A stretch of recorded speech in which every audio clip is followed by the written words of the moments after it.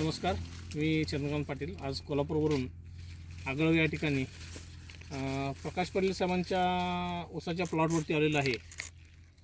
प्रकाश पाटील साहेबांनी वेस्टीजचे agri Protek, Vestige agri 82, agri humic आणि इतर काही प्रोडक्ट्स वापरून त्यांनी लावणीपासून जो काही त्यांना आलेला रिझल्ट आहे ते त्यांच्या स्वतःच्या तोंडून सांगतील. तर पाटील साहेब, तुमचं नाव आणि माहिती सांगा. नमस्कार, नाव प्रकाश पाटील, गाव आगळगाव, तालुका कवठेमहांकाळ, जिल्हा सांगली.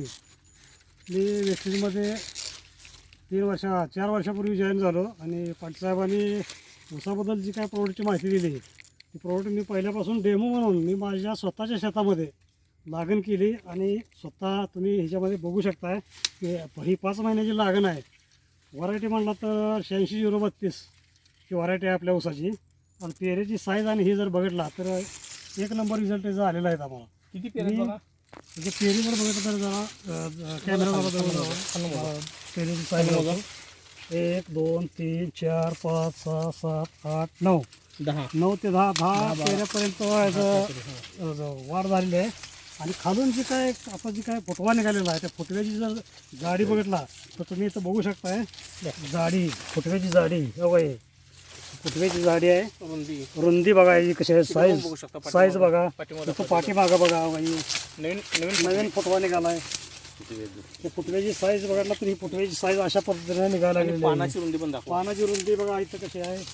पान कुठलंही घ्या, ऊसाचं पान जर बघितला तर या पानाची रुंदी बघितला तर जबरदस्त रुंदीची वाढ झालेली आहे याच्यामध्ये.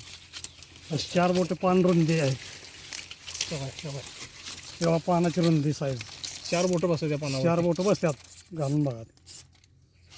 तर जबरदस्त रिझल्ट आहे. तर मी वेस्टीजची जे प्रोडक्ट वापरली सुरुवातीपासून त्या अनेक शेतकऱ्यांनी माझ्याकडून ही प्रोडक्ट आता माझा प्लॉट बघून प्लॉटला व्हिजिट देऊन अनेक शेतकरी माझ्याकडून ही प्रोडक्ट न्यायला लागले आहेत, वापरायला लागले आहेत. धन्यवाद. तुम्ही या प्रोडक्टबद्दल समाधान आहात?